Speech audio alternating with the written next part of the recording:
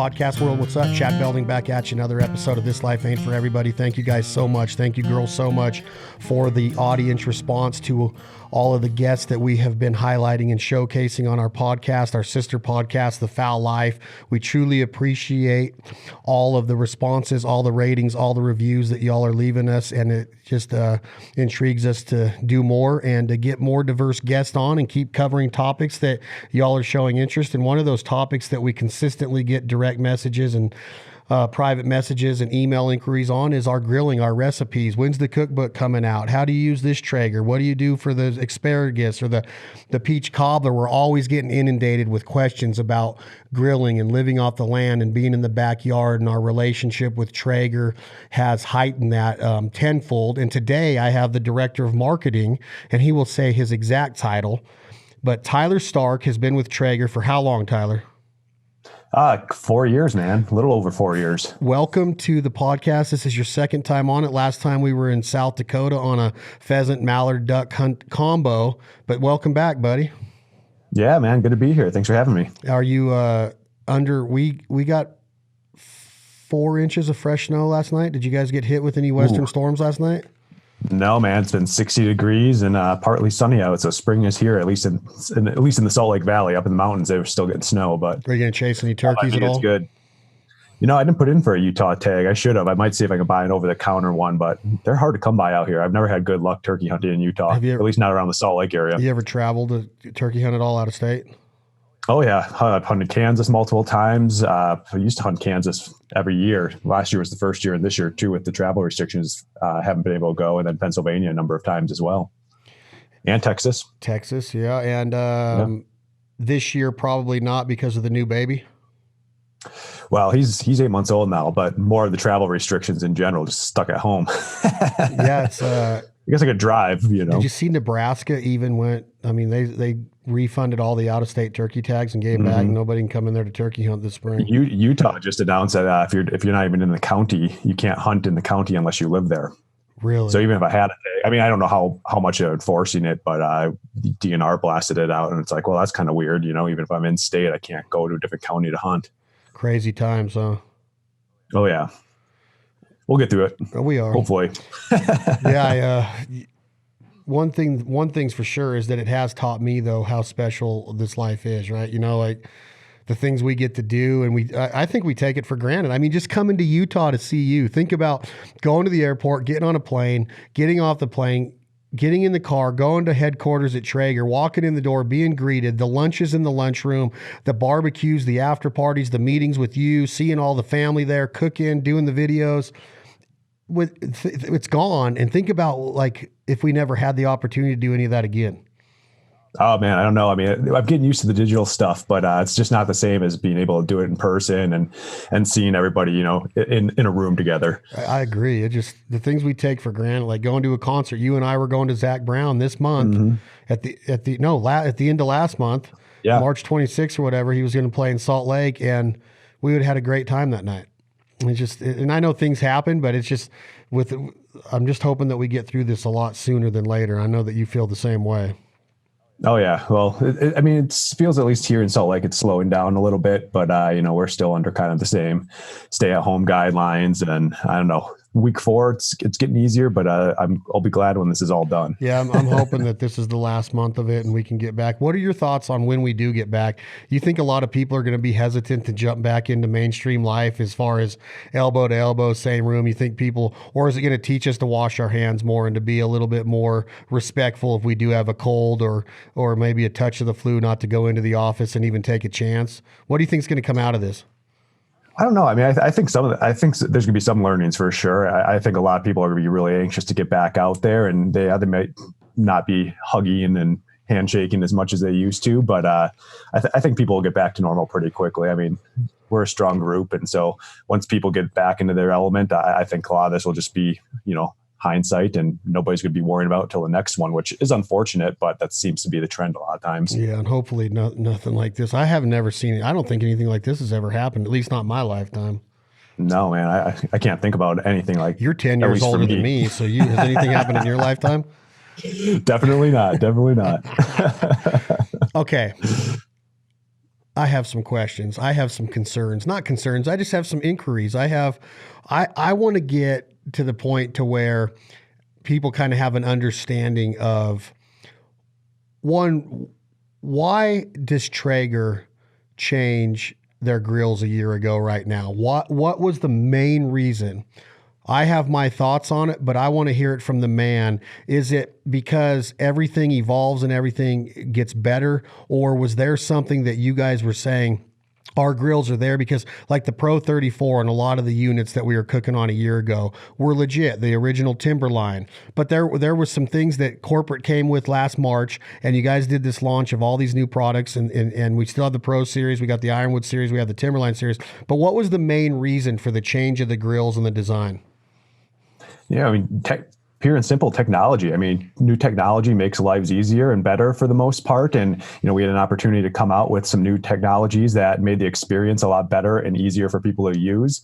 And our whole message is really about getting people together around good food and making that experience as easy and seamless as possible. So if, we have the ability to innovate, we're going to continue to do that just to make that experience that much easier and more enjoyable for everybody. So you guys don't really live by the analogy at Traeger, like if it's not broke, don't try to fix it.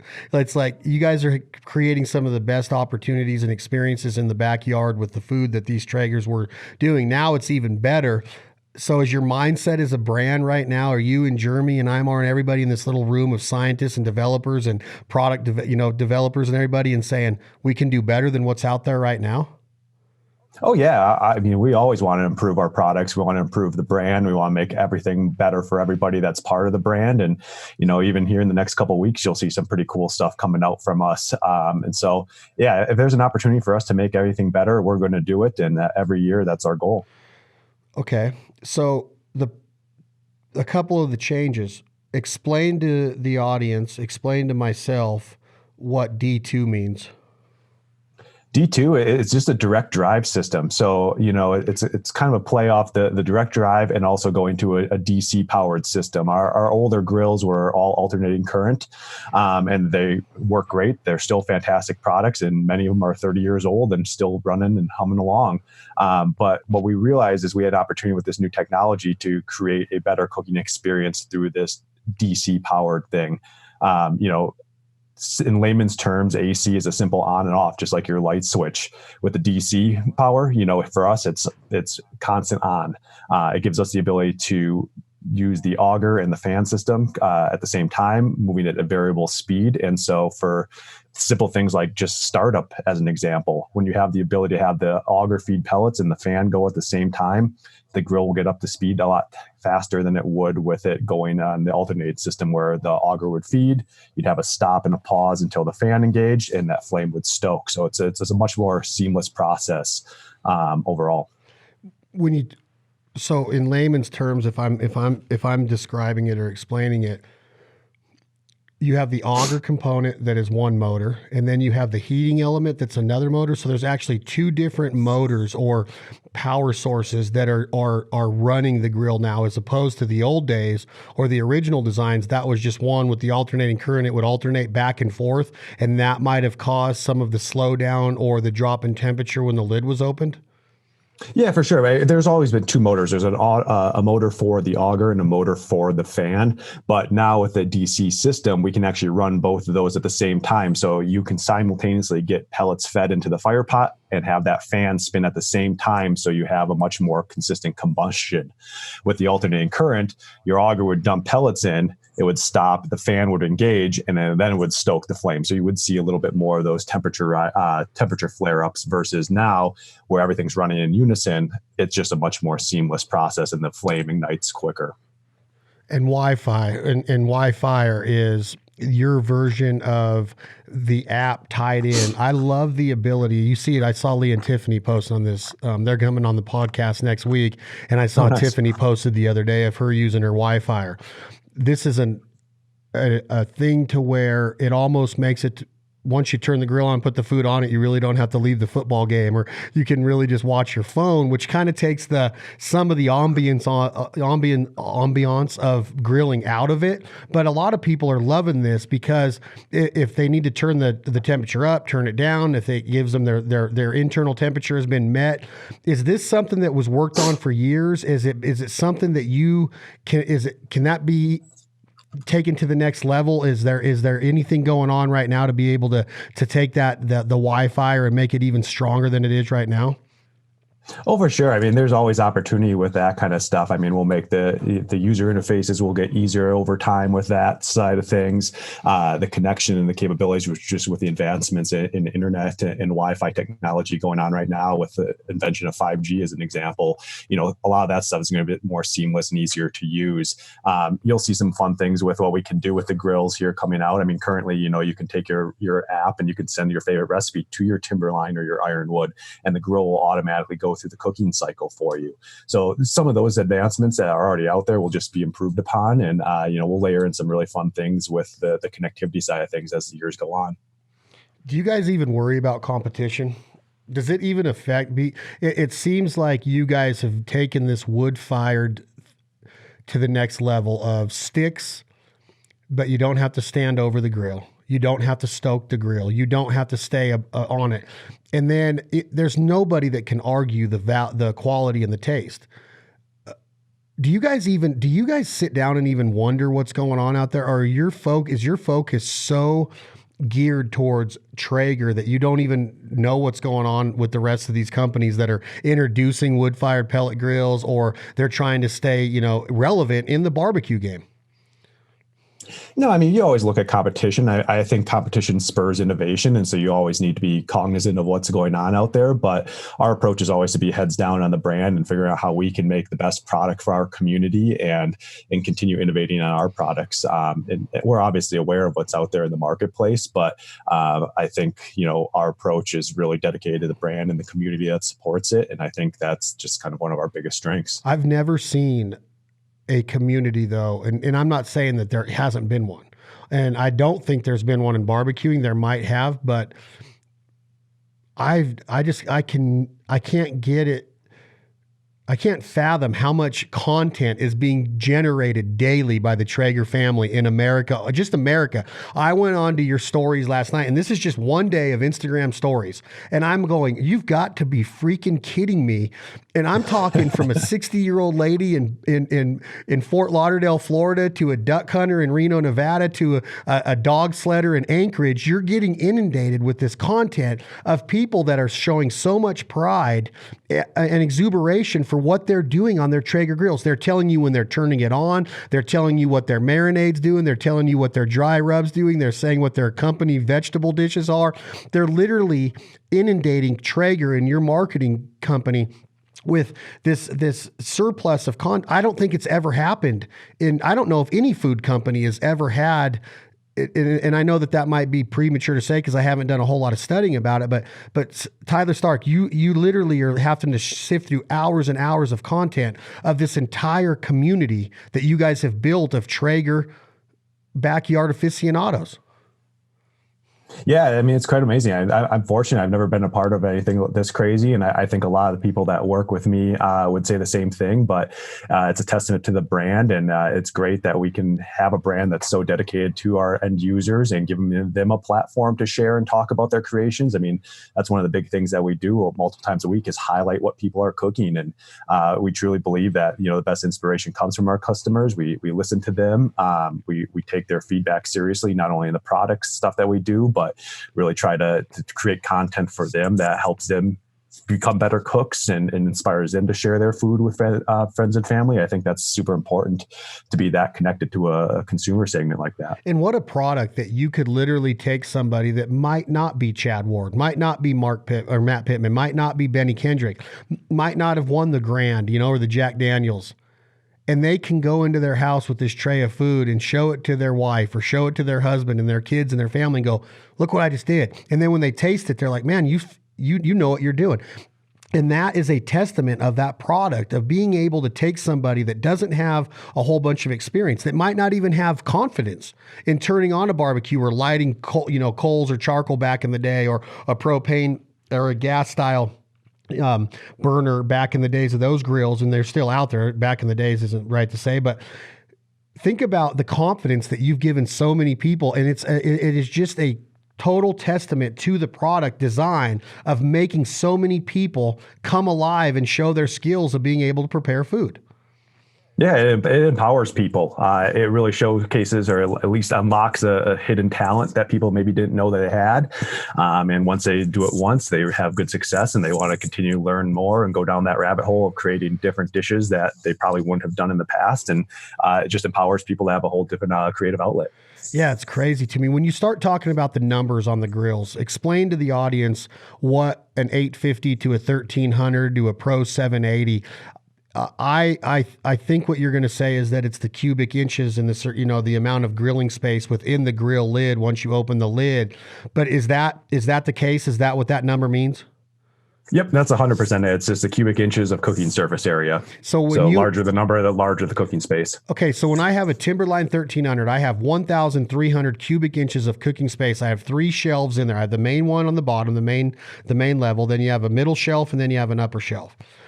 Mm-hmm. If I put the same exact thickness of a steak on each of those shelves, and I fill the shelves with 3/4 inch ribeyes all the way across the bottom, middle, and top shelf, and I follow the instructions of the Traeger app recipe for a beef steak, will those steaks, and I know that there's hot spots and stuff happens, but will those steaks cook thoroughly the exact same in that grill? Is that the convection asset of the Traeger grills? Yeah, absolutely. I mean, it's convection power. I mean, it's a grill, it's a smoker, it's an oven, essentially. I always tell people, think of it like your oven. It cooks in the same form. The smoke mode is really a function of just how hot the fire is burning. Smoke typically only appears in temperatures of 165 to 225, and anything above that is you're just really cooking with the heat, and you'll get some flavor. But when you combine the convection power, where that air is circulating around, that temperature in the grill is the same as at the top grate as it is at the lower grate. And so you do get that even, consistent, and you can time things to all arrive at the same temperature at the same time if you're cooking a full grill. How cool is that? So the trick, or the test comes when you're me or whoever goes to Home Depot or Ace Hardware or any of the independent dealers of Traeger across the country, is, okay, I'm going to put my vegetables on them to get that exact crisp. I'm going to cook them for this long. I'm going to follow this recipe. And then when they get to this point in their cook, I'm going to put my meat on, because I want it to come off of the grill at 129 degrees and let it sit for 15 minutes to serve it at 133 degrees at medium rare, whatever the internal temperature, whatever meat you're cooking. I was referring to beef right there. But so you start to tell yourself, all right, now I can put my vegetables on, and then I'm going to get my beef on, and then I'm going to start my dessert at this time. And then you open the lid by the time you're taking your vegetables off, and that's when people get their cameras out, and it's like a spectrum of the rainbow of asparagus and radishes and beefs and peach cobblers. And I mean, I've seen everything on a Traeger grill. It's amazing. Oh yeah. I mean, you can cook anything. That's the beauty about it, from, pies or cookies to your veggies or your steaks. I mean, anything in between. I tell people too, you have a favorite recipe that you do in your house and you cook it in your oven. You can take that same dishware, that same recipe, and it verbatim translates to the grill, which is pretty cool. So you work in that office 4 years. 4 times 12 is 4 times 12. 48. 48. Is that 48 months? No, yep. Is that right? Yeah. God, I'm terrible at math. I'm glad that you're here. So 48 months is 48 times 30, however many days that is. And then you take the weekend days off. You guys you get to smell Traeger food every day of your workday, because you guys cook a lot of meals internally at headquarters. And it's just a testament of what you guys have built. This culture is amazing, and I'm very humbled to be a part of it, and I'm very fortunate to get to experience it at headquarters once in a while. But Nicole and the team up there is just putting food out that is not just, hey, cafeteria food, come get your lunch. It's legit recipes. Are you sick of Traeger food yet, Tyler? No, not yet. I mean, if I'd get sick of brisket if I ate it every single day, but that's the nice thing is we can cook so many different things on there that I'm not eating traditional barbecue every single day. I mean, even at home, I cook on my grill 3-4 times a week, and we're doing things that aren't traditional barbecue stuff, from fishes to desserts, or I did chicken last night for the wife and kids. But what kind? What kind? Thigh? Oh, I did a spatchcock chicken. Oh, nice. Yeah. I did the other day. I didn't do content with it, but I used the thrones on 2 full chickens, and I'm talking amazing. Those work great. They're amazing. Bud Light in there. I don't know if you're a Bud Light guy, but I pour Bud Light into it. You're not allowed to say that word at Traeger, I know. But yeah, so you can't get tired of it, and it's just another testament to the product that if you're tired of traditional barbecue, go on there and get a little cast iron pan and make something that's a little bit different. I did stir fry in mine with mallard duck meat. Right. I mean, it turns out amazing. The reverse searing qualities of it. When you start talking about what you just said, you brought up another point of fishes, vegetables, beefs and chickens and porks and wild game and this and that. Why so many different pellet flavors? Why so many different options for a guy to go into his dealer again and see the oak and the cherry and the apple and the signature and the big game? Is there a method to that madness? Is there science behind this? Is it like pairing wine with beef, and white wine goes with this and a good beer goes with this, a stout or a light or a dark? Is it the same thought process that a cherry wood is going to make this meat taste like this? Talk to me a little bit about the pellets. Yeah, I mean, you hit the nail on the head. I mean, that's the beauty about the different woods. Every wood has a different smoke profile, actually even has a different burn point. You'll notice in some cases, like a hickory burns a lot hotter than an apple. It's a harder wood. But to your point, yes, ideally you pair your wood to what you're cooking, or, in the case of a lot of traditional Texas barbecue, for example, they're going to use what smoke woods are natively found in the state, which is, your oak, your post oak, your mesquite, your pecan type woods. But when you start adding some of these other lighter woods, like a cherry or an apple, as an example, those pair really nicely with lighter proteins such as like a fish or a pork or a chicken, or even as you do baked goods. Smoked like a mesquite or an oak or a hickory are a much harder smoke, and so they're better for tougher protein, like a red meat, a steak, a brisket, where that protein is a lot more dense, and so you want a harder smoke that can get in there and penetrate and give that flavor to the food.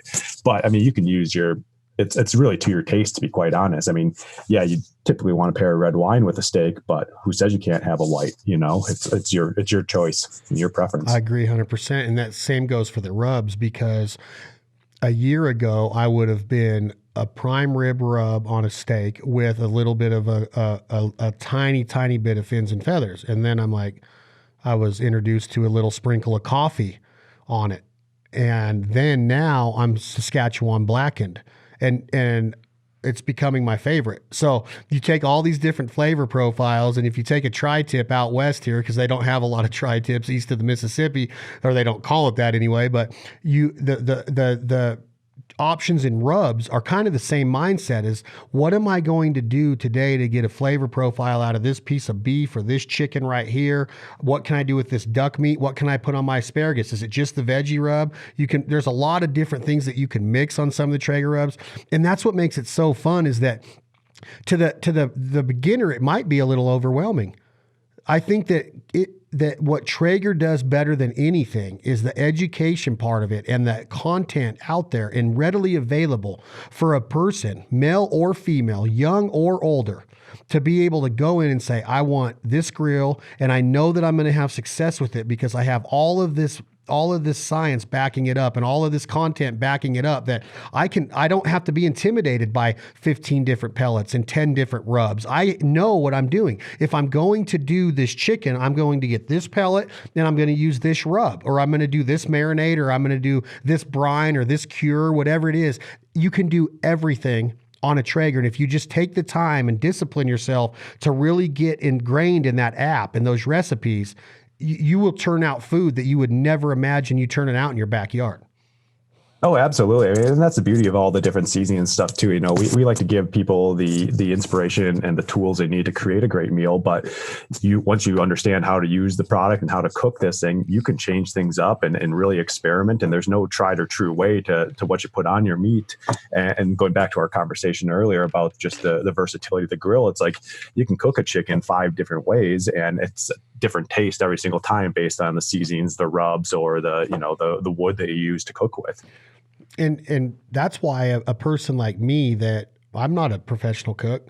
I've never been trained. I've never been educated. I took one home ec class in 8th grade, and I have turned out food to where I was like, man, this is unbelievable that I'm doing this. And then I see it to where, let's take George Brett, for example. He told myself and Chad Ward, you can't cook a steak on a Traeger and make it taste like a steakhouse. And Chad Ward put steak on George Brett's counter in Kansas City, and George Brett threw a cookbook across his room because he could not believe the quality of what he was eating. And there was another barbecue professional named Mitch Benjamin that was standing there that was in the same boat. Like, this is unbelievable. And it was the reverse sear method. We were cooking some Snake River Farms, which is a very high quality beef, but you don't have to have that high of quality of beef to enjoy a recipe or a beef recipe off of the Traeger. Mm-hmm. But just being able to take guys like that and not persuade them, but just show them, like, look, if you follow these rules or follow this simple instruction, put it on there at this temperature, close the lid. It's got your rub on there, whatever your taste, flavor profile preference is. Open the lid. You got your grill turned up now. You reverse sear it. You take it off. You let it sit. You slice it against the grain, and voila, you have a Nebraska Omaha steakhouse quality piece of meat that blows people's mind. Mm-hmm. Absolutely.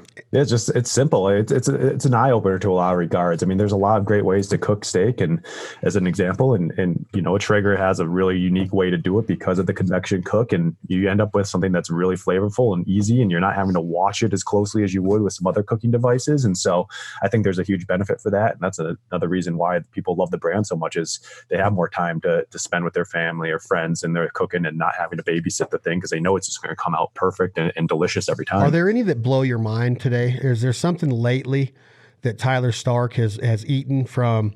I know that a lot of guys come through for cooking classes, instructional classes, demonstrations. You have John Dudley come in. You have Chad Ward there. You have a lot of different personalities come through that place.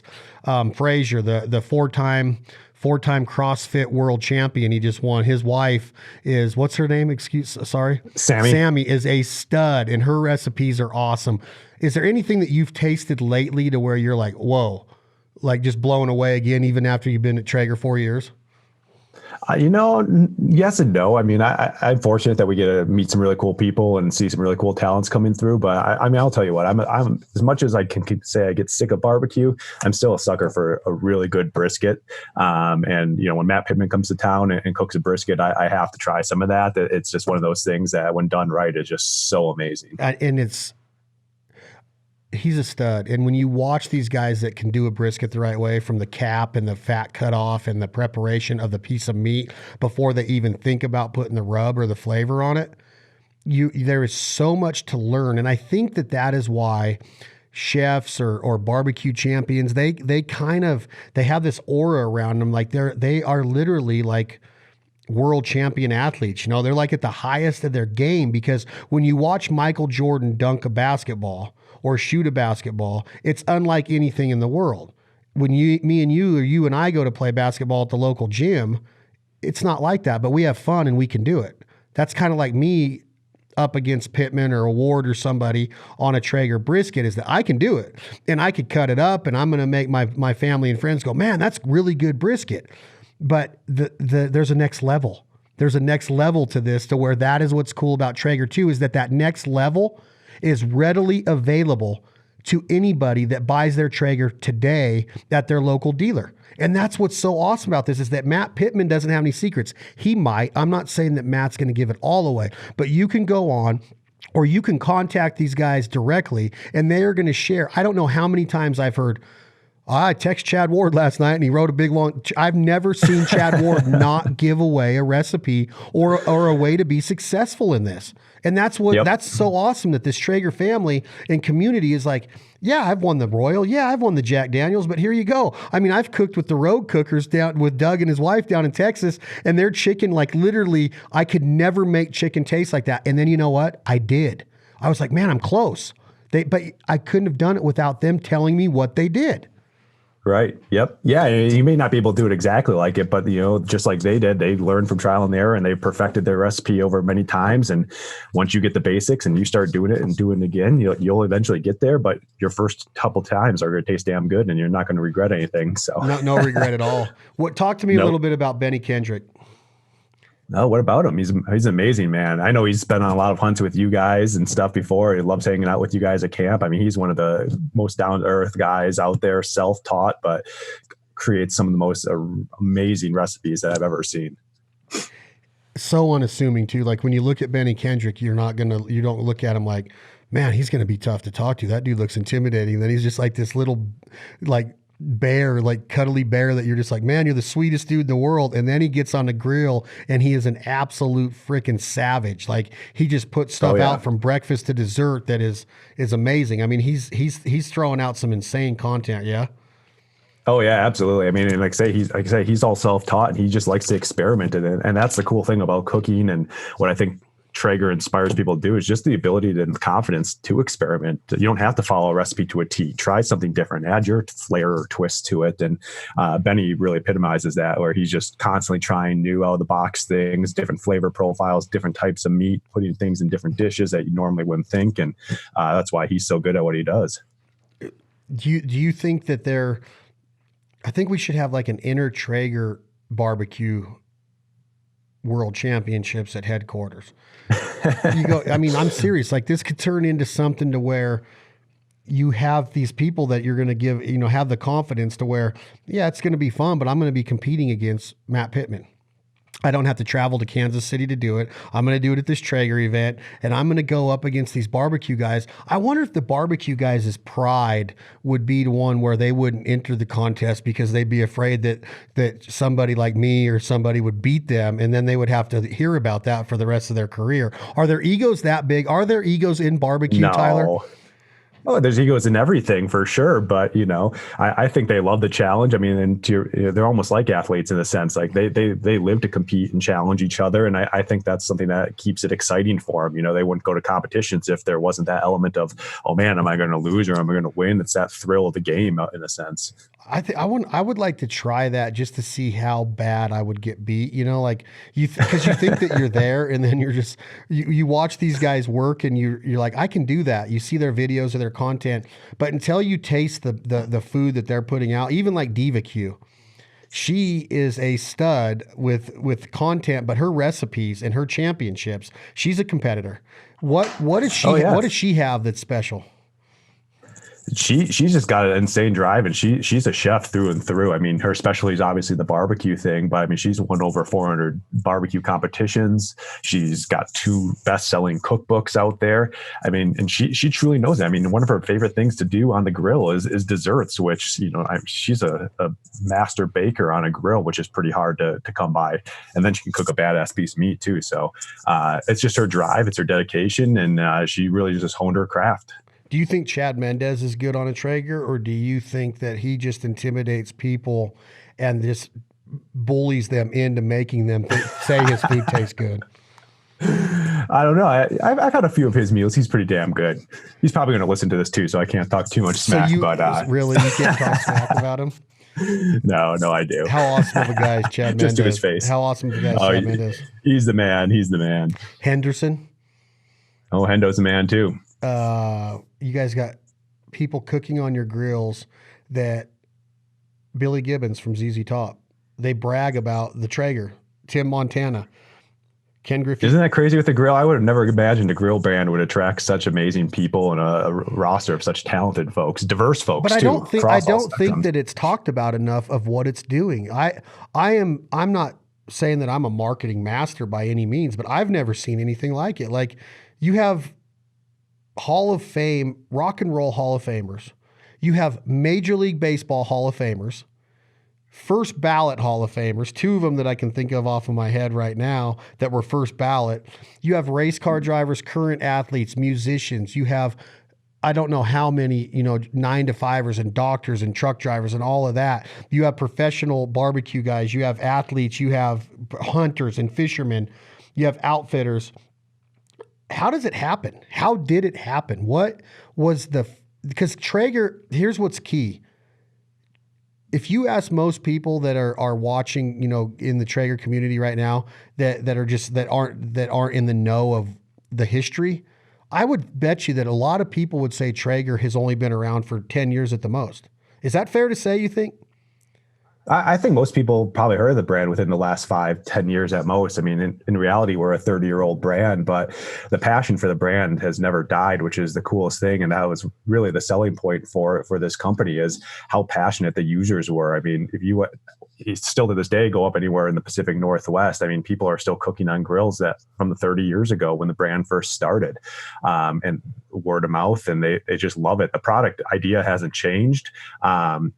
I think we've got a really amazing team behind the brand now that is really good at creating innovative products and making sure that experience with the product is top notch. But then on the back end, we're really about culture, community, and creating these positive, long lasting relationships. And when you can really build a friendship and make people feel part of the brand, I think it just starts spreading organically, which is really what has happened in the last couple of years. We've got more marketing out there, but it's just a really strong team that is all moving towards a common objective. And that's really the success that we've seen. Yeah, I think that,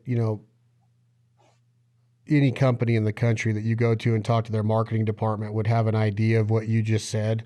But something happened in this community and I think it has to do with the information being readily available and so shared across the spectrum and making every individual feel like they're on this team. There's no ego when it comes to, there might be ego between a Pittman and a Ward when they're competing, but when it's time to share, it's almost like they value their relationship with this brand called Traeger so much that they are willing to say, hey, we want everybody to experience good food. There's no reason not to. Something is different, though. There's something about the community and the culture of Traeger that has been driven by yourself and Jeremy and Imar and Denny before he left, and the current team that's there, that is on a different level of culture. And I think that that's one of the most important things in a brand, is creating a culture that people want to be a part of. But once you get them in there, there's also a such thing as pulling the wool over somebody's eyes to get them in there. And then once you have them and they spend their money with you, that's the end of the experience. This experience never ends. Today, a Traeger guy that bought his Traeger 3 years ago, which is 36 months, Tyler, a guy that bought his... He can go on and get new, updated, innovative information right now from the top barbecuers in the world, from hunters, from race car drivers, from people that he has no friendship with. He's never met them, but they feel like they're part of this team because of the social media and the interaction and all the pride. Hashtag Traeger Grills, hashtag Traeger Nation, hashtag Traeger Day. Something is different about this culture because it has not happened in a lot of the things that I've seen in the hunting industry and in the barbecue world. I don't remember anything in the barbecue world that made me want to be a part of something so much. I remember the old Kingsford commercials with the charcoal briquettes and they were cool, but nothing has ever made me want to be a part of something and just help out other people and then not be afraid to reach out for help when I need it. Yeah, no, I mean, I think that's the key. I mean, just the accessibility of everything, and even all the ambassadors, whether you're Benny Kendrick with a couple 100,000 followers, he answers every question, every DM that comes through about how he's doing something, how to do it. Danielle at DivaQ is the same way. Somebody reaches out to her. She's never met him, but that's the power of social media and the power of these people being so willing and invested in helping others succeed. I think that just lifts everybody up and makes them more dedicated to the brand and the movement behind it. And that's kind of what we've been doing as our mission, is really bringing people together around food and giving them the tools and resources to do that. How much, what did you guys take as a company? I was watching reruns of The Foul Life this last weekend because I was getting some musical information for some people on some tracks. the commercial that y'all produced about a year ago, and it's hilarious, and it's the one that's that tastes like gas. Oh yeah. But when you hear it, it's so well done. We all have a good understanding of what people are thinking that they're saying. With the family structure of Traeger, did you guys take some shortcomings over this commercial when people did anybody get too pissed off about what was being said in the commercial? I don't think so. I mean, we've always thought about, we always want to be politically correct, I guess, if you will. That's probably a poor choice of words for this, but I think any good brand that toes the line, and that keeps things exciting and keeps people engaged and differentiates you from the competition. We want to be fun, we want to be a little bit edgy, but also family friendly, and that keeps things interesting, that keeps people engaged from all walks of life. And yeah, I mean, you're not going to please everybody at the end of the day, but overall, everybody loved that commercial, and we still like to have fun with our content. That's part of what makes our branding so unique. I think it is too, and I try to turn in as much content as I possibly can, and you see a lot of it on our stories, and I see it getting to where there's just so much fun had around it because you're in the moment. You're like, that commercial's kind of the same way that every backyard is those guys calling each other. Did you taste this? It tastes like, that's how this community is like, we're not ripping on any other forms of cooking. We're not looking down on any other barbecue companies. We're not saying that this grill is better than yours or any means. We're just saying, here's our community. Here's our culture. Here's what we do on a daily basis. I don't know if you saw the shish kebabs we did the other day with Wild Sheep and Wild Deer. Yeah. I mean, Jim Ray was being hilarious. I'm like, do I set it at 400? And he's like, yeah, unless you're shaking. Because if you know how timid the knob is sometimes, and it'll go to 405. That's a funny ass freaking joke. I mean, I'm just like, man, that's freaking hilarious. So I just see people getting so not just innovative with their cooking and their recipes, Ty. Now you're getting these people that are actually coming out of the woodworks with strong editing and production and music behind it, and hashtags and graphics and animations and all of this stuff. This culture just continues to grow. Oh yeah, no, I mean that's the fun part of this is just really seeing what people get creative with, and the videos that users submit to us. Like, people put a lot of time and effort into it, and one, we want to showcase that, and two, I think it's just fun. We can't ever take ourselves too seriously, and if you're not having fun, there's no worthwhile doing it. So is there anything that you can let out of the bag right now when it comes to fun that we have to look forward to, or is it hush hush right now? Depends. When you plan to launch this? You tell me when to, and I will. Next week, if you want to. It has to be after the 14th. Hold on, I'm looking on the calendar. Okay, today's the 6th. I will not launch it until after that. So that's 1 week from. Is that 1 week from tomorrow? Yeah, as long as it's not launching until after the 14th. All right, talk to me about some stuff. I promise. I give you no fingers crossed. I would never do that anyway. Cool. Well, yeah. So yeah, if we're not launching this till after the 14th, then I'll share some stuff, because this will just be fun around it. I mean, we talked earlier about just the technology on the grills and the benefits of Wi-Fi, and one of the neatest things about having a connected grill is somebody that bought one, say last year when we launched it. It's been constantly improving every single month. We're launching new updates every single month to improve the efficiency of the grill, but it also allows us to test some things, but then also release it to the masses as well. So one of the cool things that's coming out for the connected grills on the 14th here is that all Wi-Fi grills, Pro Series included, can now go up to 500 degrees. And the user doesn't have to do anything. As long as their grill is on, it will update the next time they turn it on if it's off currently. But they'll now be able to get 500 degrees on all their grills, which is pretty amazing. And that's all done wirelessly. You were privy to this a little bit just because you'll be featured in it. But our new app is going to be launching next week. And so, as part of that experience and things that we're talking about is really giving people the ability to access talents like yourself, so like Diva, Dennis Prescott's, Matt Pittman's of the world, and really get a much more high level insight on how to do a recipe. So yeah, we'll still have the text recipes, but we've gone ahead and taken those videos that we've shot with you as an example, and we've broken out video step by step. And so the new app is going to come out, and it's just a much more content rich experience. It gives you even more resources, not only from how to do a recipe with a visual of each step that's being done, but also to things like tips and tricks. Like you did a great segment on field knives and what knives that you can use in the field or in your kitchen, and the variety of uses behind each style of knife.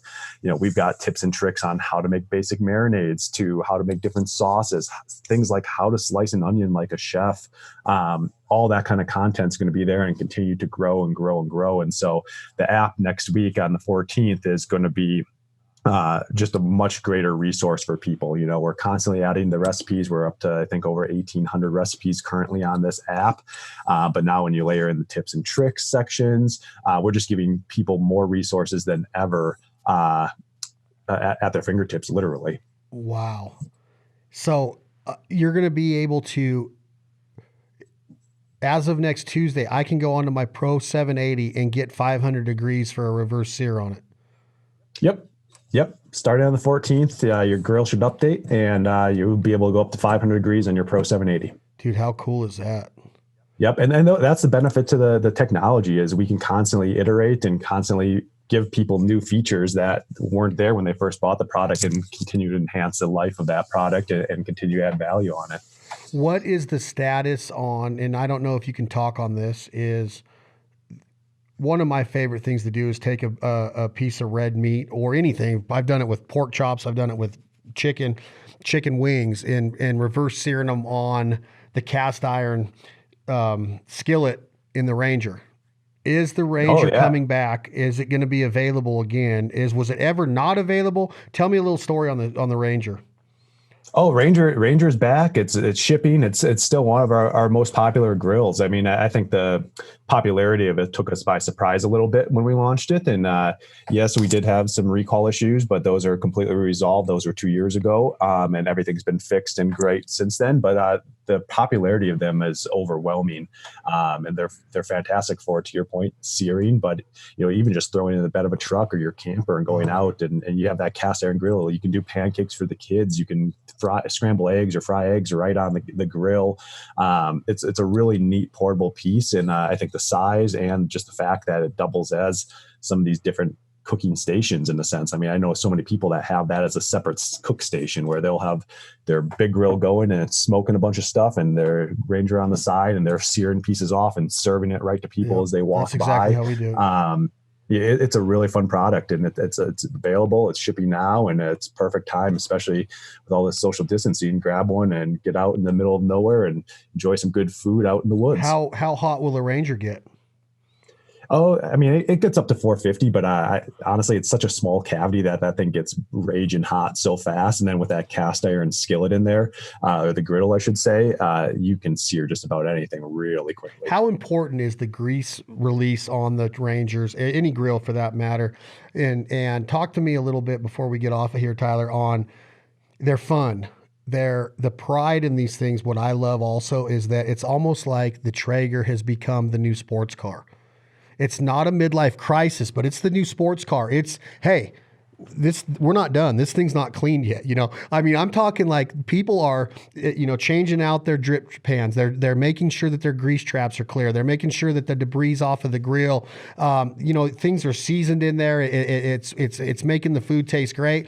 But when you open up a lot of these grills, when Skidmark or Benny or anybody comes and they bring their grills remotely out onto a hunt camp, or when I'm at hunt camp and there's grills shipped in and we assemble them after that first night cook, we go back to the next day, they look brand new again. And I think, like, when I go to Honey Break, I tell Drew Keith that all the time. It's like when you wake up in the morning to go out on your hunt at Honey Break, you get into the Polaris. It looks like they have brand new Polarises every day. It looks like Polaris is just shipping them every day for their clients. And that's the attention to detail. And that's what this Traeger culture and community is doing. Like, the Traeger is the new sports car of, like, man, it's not a status symbol, because you don't have to be a millionaire to have a Traeger. There's different levels of them. You can get into a Traeger very affordably. But the pride that they're taking in them is like that guy with his sports car, that girl with her sports car, washing it every day after they drive it 5 miles.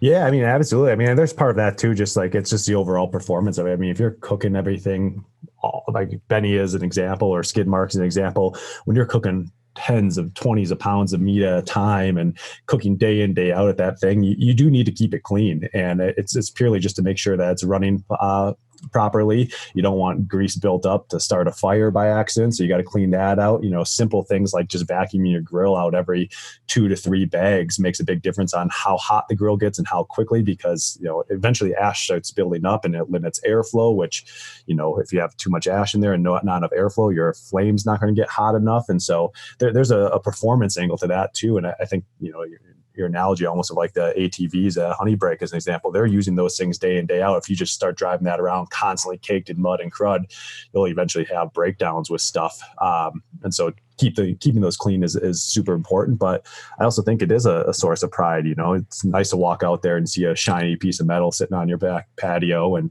it's a point of pride. You want to take care of the nice things that you've got. And so I think people really like that. It's an investment regardless of what price point you buy at, and pride of ownership is definitely a big thing in our community. Yeah, and I think that people really need to, the accessories that are out there are not something that's just Traeger going, oh, well, now that you got this, you probably should get this. I mean, the covers, the insulation blankets, all of the shelves, all of the hooks, hang hooks and everything, all of the utensils. And I know you guys are getting ready to do some stuff in that market too. We can talk about that at a later date. But I think that if somebody really looks at the options they have, they can outfit this again like their sports car, and they can make it as legit as they possibly want to make that experience that much better. Yep, absolutely. Yeah, the options are endless. I think that you guys are doing an amazing job. And you got anything for me? Any questions for me? Is there anything that you see us doing to where you're like, what is Belding doing with this on the grill? I mean, what's going on with this duck calling? Is there anything that you want us to change? Are you happy with what you see coming out of this camp? Talk to me a little bit. No, man, I always have fun. I mean, I'm a big fan of your content, and obviously we're friends now, but I was a fan of what you've been doing before we started, working together. And it's always fun seeing what you guys are cooking. I can't believe how much you guys are cooking on these things. So it's always fun to see what you've got going on or who you've got hanging out at the house or in camp with you. And it just keeps things exciting. You guys are amazing content creators. Well, thank you very much. And you know what I'm excited about? Our boy Brett Cannon, who I introduced you to, just took me up with some mahi, some yellowfin tuna, and some swordfish steaks. So I took this yellowfin tuna, big red, just unbelievable, beautiful pieces of meat. And I sliced it about a half inch thick, maybe a little less than a half inch. And I took a little tiny bit of fins and feather on there. And I took a tiny bit of lemon and squeezed it on there. And then I topped it with a little tiny bit of Tony Chachere's. And I got a cast iron, and all I did is I took a paper towel and I coated the cast iron with a little bit of oil, because I don't like putting a lot of oil in the Traeger, and I don't think anybody should, but I just coated it. And then I took a little tiny bit of real butter and I put it in there. I didn't reverse sear it, but I seared it just for less than a minute on each side. I had the grill at 400, touched it, flipped it, touched it, took it out, sprinkled a little bit more of the lemon on it, and then I took fresh green onion and chives and put it over the top. Oof. Tyler Stark, I'm telling you, sounds amazing. It was never even froze. It was shipped to me overnight with some dry ice, stayed thawed out, and I ate it fresh. I was like, this is the only way to eat. This is how you eat here. Yeah. This is the best that you can possibly get. And he caught it that day before. He was sending me videos of him and his dad, Rob, on the boat, reeling these in. And then I was eating it the next day. Oh this country is amazing that we live in, dude.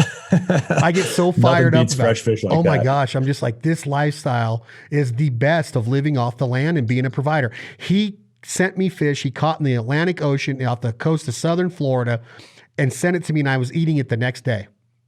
I mean, you just don't get any better than that, of the network that this in this community, that hunting and the common denominator of hunting, because if it wasn't for mallard ducks and chasing mallard ducks, I would have never met you. I would have never probably had a relationship with Traeger. I'm not saying never. Something could have happened where maybe one day I became a cookbook guy. Who knows? But because of hunting, I've got to meet you personally. I've got to sit in your house for the Super Bowl. I've got to be around your wife. I got to meet your new kid. I got to meet your whole family, your father-in-law, your in-laws, your mom and dad. Because of hunting and this community, I got to meet Brett Cannon. You got to meet Brett Cannon because of all the tie-ins in the network, all because of the same love and passion for living off the land, being outdoors, cooking on a Traeger, cooking wild game. I don't think it can get any cooler than that. I just don't. No, it's pretty amazing community, man. It's super tight knit, and it's fun to see where all these different relationships lead to. Because, like we mentioned earlier, it's like amazes me every single day that I've been able to meet the people and interact with people I do working at a grill company, and that's just the power of the brand for us, but also just the power of the hunting and outdoor community. It's very tight knit. And what I really liked again this week, Rogan gets on his Instagram and throws out that elk that he did on his Traeger grill, and I'm like, it's freaking Joe Rogan just bragging about a Traeger grill. And then I've heard him on his podcast bragging about Chad Ward. I've heard him bragging with Steven Ranella. I've heard him not bragging, but just hyping up. And then he was talking with Bill Burr, the comedian from Boston, about, man, you got to get a Traeger. You got to get a Traeger. And Bill's like, oh, I'll never figure it out. And Rogan's like, no, trust me, you can figure it out. So, man, I've been watching this show on, there's a show on Netflix called The Chef Show. Have you watched any of this? Oh, yeah. John It's a great one. That's a fun one. I'm addicted. I want to meet him, and I just think that what him and Choi are doing are just. I watched it again last night. 2 recipes. One of them was with Bill Burr. They did grilled cheese with Bill Burr. Have you seen that one? Oh, I haven't seen that one. They did the Cubano sandwiches and the grilled cheese with Bill Burr. But I've been telling everybody, awesome. like Jon Favreau, Iron Man and Spider-Man, and he did Swingers back in the day, and Made and The Breakup, and good friends with Vince Vaughn. When he made that movie, The Chef, I love that movie. And now he's taken it and ventured off. Have you seen the movie?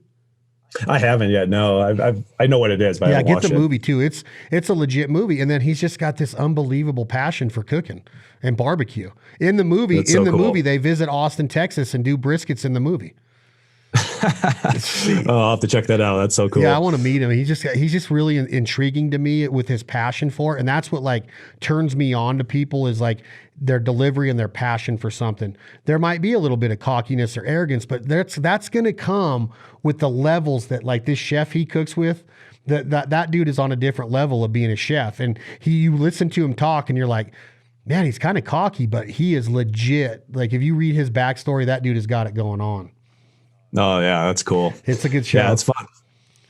Love it. So anyway, man, I think that this quarantine it's hurt in a lot of ways. There's no doubt. And I'm praying every day that we come out of it and that businesses and restaurants and bars can get back to open and doing business, because I don't want to see anybody financially hurt or any families put into jeopardy. But it's also giving people the time to be alone, to sit back and understand how good we have it and how special friends are and how special culture is and community, and how special it is to be able to sit in your backyard and have the access to what Traeger's provided in times like this. And we can't leave our homes. It's awesome to have somebody like Traeger there with us with these apps and this content and readily available at our fingertips to be able to make these days go by. I'm getting up more. I'm just rejuvenated. Like I'm going to do some recipes today.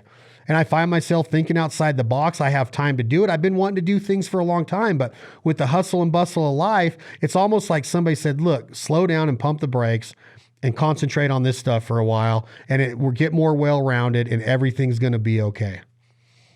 Yeah, definitely opens the eyes for people. And to your point, I mean, you definitely take a lot of things for granted, just little things like being able to go out and grab a bite to eat, which is a fun experience. But when you can't do it, that changes perspective on things. And it's like, say, time with family and friends is definitely overlooked in the hustle bustle. So it's reassuring that I think some of those values are going to come back. Very well said. That's Tyler Stark. What is your exact position now? I don't want to missay it on here. I'm the director of marketing. Director of marketing, Traeger Grills. Yep. Check them out at TraegerGrills.com, Instagram at Traeger Grills. Follow their stories. Get ready for April 14th, 2020. The brand new app is launching. You will be able to turn your Pro 780, your Ironwood Series grills, your Timberline Series grills up to 500 degrees just through technology without you having to do anything. You are able to get the Ranger right now at TraegerGrills.com or your local dealer. Check that Ranger out. It is worth its weight in gold. All the rubs, all of the utensils, all of the accessories, all of the different pellets. If you want to up your chances of producing good food on a consistent basis, get a Traeger. I'm telling you, I live and die by that Traeger. And a lot of times I impress people that never thought that I'd be able to impress them. Tyler, thank you very much. Today, Thank you, man. It's always a pleasure. Always a pleasure. Today's episode is brought to you by our friends at Traeger Grills. TraegerGrills.com. You just heard 60 minutes of exactly why we partner with them. We're so humbled to be a part of the Traeger community, the Traeger culture, the Traeger family. Thank you all so much for listening to another episode of This Life Ain't For Everybody. Tom, do me a huge favor. Hit that button. This is our good friend Leith Lofton, a.k.a. Haas. You can find his new record on all of your listening platforms right now, Taking on Water. This song is called What You Gonna Do When the Money's All Gone, written by Leith Lofton and Drake White. Y'all have a great day.